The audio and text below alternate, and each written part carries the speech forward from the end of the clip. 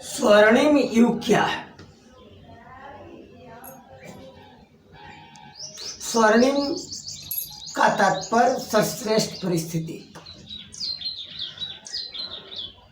और स्वर्णिम युग का मतलब है कि सबसे अच्छा काल, सबसे अच्छा पीरियड, सबसे अच्छी परिस्थिति। तो स्वर्णिम युग अलग अलग लोगों के लिए अलग अलग लोग प्रभावित करते हैं। एक व्यक्ति की सर्वोच्च स्थिति, सबसे बड़ी उपलब्धि उसके लिए स्वर्णिम युग है। एक राष्ट्र के लिए सर्वश्रेष्ठ आर्थिक सामाजिक उपलब्धि उसका स्वर्णिम युग। लेकिन हम वैश्विक व्यवस्था के स्वर्णिम युग की बात कर रहे हैं। स्वर्णिम उपलब्धि, वैश्विक स्वर्णिम युग की क्या परिस्थिति हो?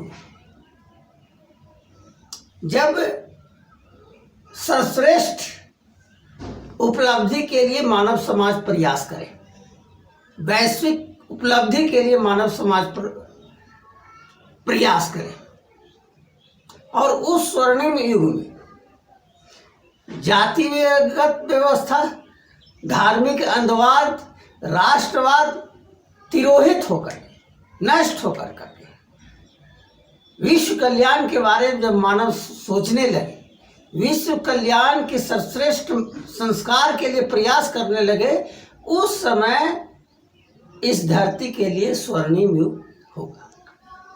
वह मानव समाज के लिए ही स्वर्णिम युग नहीं होगा, बल्कि हर एक व्यक्ति के लिए स्वर्णिम युग होगा, जब हर एक व्यक्ति सर्वश्रेष्ठ उपलब्धि के लिए प्रयास करना शुरू कर देगा।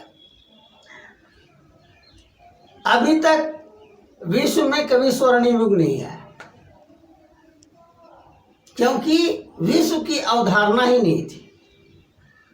धरती के बारे में हमें कम जानकारी थी, लोग कहाँ कहाँ रह रहे हैं, नहीं रह रहे हैं, इसके बारे में कम जानकारी थी। आज भौतिक उपलब्धि के चलते, संचार साधनों की उपलब्धि के चलते आज पूरी दुनिया एक गांव सा हो गया है। आज एक जगह की घटना दूसरे जगह के लोगों से, घटना से परिचित लोग हो रहे हैं। एक व्यक्ति दूसरे लोगों से व्यक्तिगत संपर्क कर रहा है और दूरी कोई मायने नहीं रख रही। स्वर्णिम युग की अवधारणा पर कभी चर्चा नहीं होती है। व्यक्ति चर्चा नहीं करता है, समाज चर्चा नहीं कर रहा है, राष्ट्र चर्चा नहीं कर रहा है। लोग अलग अलग क्षेत्र स्तर पर बटे हुए हैं, और यह सर्वश्रेष्ठ स्थिति मानव समाज का नहीं। स्वर्णिम युग भौतिक उपलब्धि सिर्फ नहीं है, संस्कारगत उपलब्धि की बात है। और संस्कार एक दिन में नहीं बनता है।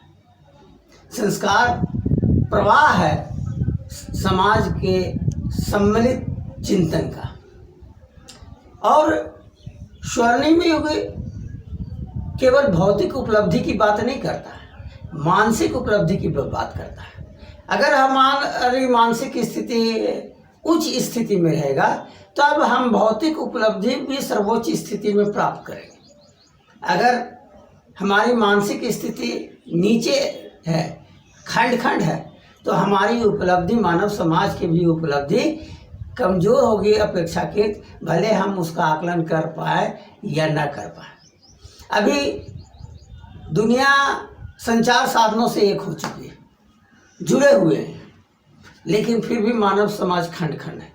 और मानव समाज खंड खंड होने के वजह से दुनिया के प्रतिभाशाली एक ही विषय पर खोज में लगे हुए हैं।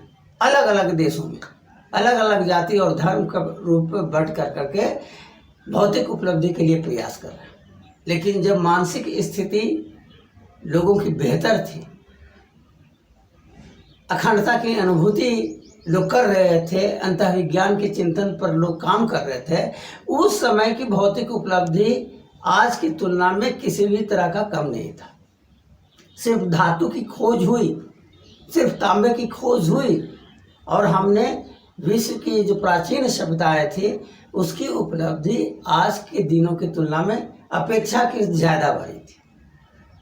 पिरामिड की खोज हुई, विभिन्न सभ्यताओं की नींव पड़ी, मेसोपोटामिया, सिंधु, चाइना और मिस्र की सभ्यताओं की जो उपलब्धि रही है वह निस्संदेह उस समय की उपलब्धि के हिसाब से सर्वोच्च स्थिति था, भले ही आज की स्थिति के हिसाब से वह महान उपलब्धि। तो स्वर्णिम पर लगातार चर्चा की ज़रूरत है और सबसे गंभीर विषय है, और स्वर्णिम के तहत ही हम चिंतन कर सकते हैं, मनन कर सकते हैं और मानव समाज का कल्याण कर सकते हैं, मानव समाज का सर्वश्रेष्ठ उद्देश्य पर चर्चा कर सकते हैं, मानव समाज को एक सकारात्मक दिशा की ओर बढ़ा सकते हैं और मानव समाज उसी व्यवस्था के अंतर्गत स्वयं को सुरक्षित मानेगा। यह जान लेने की ज़रूरत है, मान लेने की ज़रूरत है। और व्यक्तिगत उपलब्धि अगर है तो वह स्वर्णिम की अवधारणा तय करने में मानव समाज का जो प्रयास होगा वही उपलब्धि है, यह निश्चित है।